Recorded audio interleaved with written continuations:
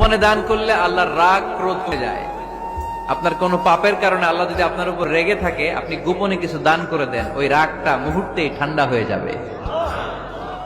7 শ্রেণীর ব্যক্তিকে আল্লাহ তাআলা আরশের নিচে ছায়া দিবে কিয়ামতের দিন, যেদিন আকাশের সূর্যটা মাথার কাছে চলে আসবে, জমিনটা তামার জমিন হয়ে যাবে, তৃষ্ণায় মানুষের জিহ্বা বের হয়ে কুকুরের মতো নাভির সামনে ঝুলতে থাকবে, সূর্যের প্রচন্ড কিরণ আর তাপে মাথার মগজগুলো গলে গলে নাকের ছিদ্র আর কানের ছিদ্র দিয়ে ভাতের মাড়ের মতো টপ টপ করে বেয়ে বেয়ে পড়বে। আল্লাহর আরশের ছায়া ছাড়া সেদিন আর কোনো ছায়া থাকবে না।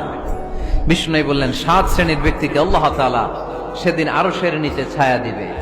তার মধ্যে থেকে 1 শ্রেণীর ব্যক্তি, কিশোরগঞ্জের ভাইরা খেয়াল করে শুনেন, তার মধ্যে 1 শ্রেণীর ব্যক্তি হচ্ছে রাজুলুন তাসাদ্দাকা বিসাদাকা ফাআখফাহা। 1 শ্রেণীর ব্যক্তি হচ্ছে ওই ব্যক্তি যে গোপনে আল্লাহর জন্য দান করে।